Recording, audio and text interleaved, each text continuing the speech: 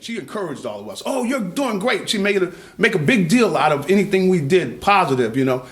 That's something that's parenting. You got to make a big deal out when a kid, you're looking for something they do well. Because it's so easy to get too negative and you're always criticizing everything they do. You want to look for things they do well. You know, make a big deal out of it. If there's something they're into, man, let them go at it and encourage them. If you can't be there for all the games, you sit there and ask, hey, what happened during the game? You know, I remember my dad would ask, hey, what happened during the game? Because he couldn't be at the games. He was working 2 and 3 jobs. But I knew it was a big deal. To them, I thought, man, you know, what I'm doing is a big deal. Kids need that. You know, they need that encouragement. They need to be loved and they need to be encouraged and everything, but then they need boundaries. And my dad was the boundary setter. He told you, you got to be at the house at a certain time. You better be in that house.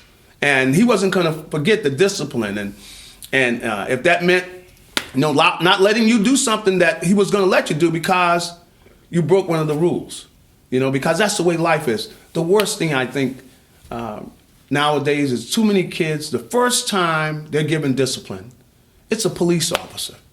That's not good. You know, that kid needs to have some boundaries. As much as you love your youngster, you know, giving them boundaries is showing them the real world. It's preparing them for the real world. It's not really love when you just let them do anything they want to do. That's not good because that's not the way the world is. And nobody else is going to treat them like that. So you're preparing them to fail. But you want to encourage them. You look at the positive, set boundaries. These are type of fundamentals of good parenting. And I'd say the biggest thing that we're missing, people talk about how their kids are so bad and everything. No, what we're really missing is parenting. We don't have enough good parents. It's not that the kids are so bad, it's the parenting. We don't have people that are committed.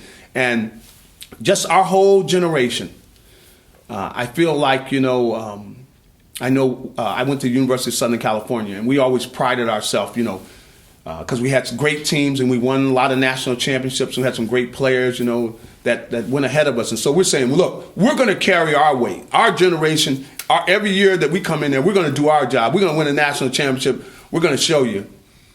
And then I think back to, we as parents in our generation really haven't done our job because I think there's too much selfishness. I think it's great to be able to go all over the world and travel and, you know, do all of the things on your quote unquote bucket list. But, you know, when you're getting near the end and you look up and you got kids that you're really not, you know, you didn't do the job for them. You weren't good parents to them. You didn't spend enough time with them. You didn't set enough of a good role model for them. You didn't live the way you should have lived in front of them. And you see them picking up some bad habits you had. And you really didn't do everything you could to help them be everything they could be. You know, you really didn't do your job, you know. And I think parenting is something, it's probably a lost art. Good parenting, you know, setting boundaries, you know, stoking the good in kids and letting them know that they don't leave the house. They know that they're loved and they're cared about. At the same time, they know that you set an example, certain things to do, certain things not to do. We need more good parents.